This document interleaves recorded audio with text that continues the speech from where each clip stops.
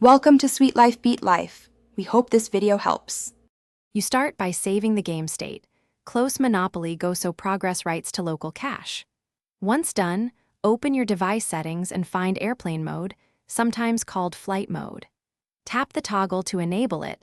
This disables cellular and most network services instantly, which is why Monopoly Go can't reach servers. Make sure Wi-Fi is also off unless you plan to use offline features. This prevents background reconnection and guarantees the game runs with airplane mode active. Reopen Monopoly Go and watch for offline prompts. You'll see reduced server-dependent features, but local caches and certain actions still work.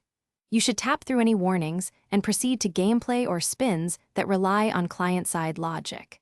Note that timers, rewards, and multiplayer interactions may pause or behave differently.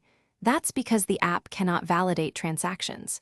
If you need specific offline outcomes, perform them now while the device remains disconnected, and avoid triggering sync attempts.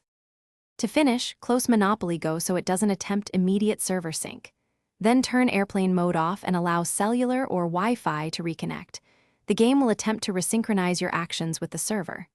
Make sure to watch for sync prompts and wait. Do not force close during upload.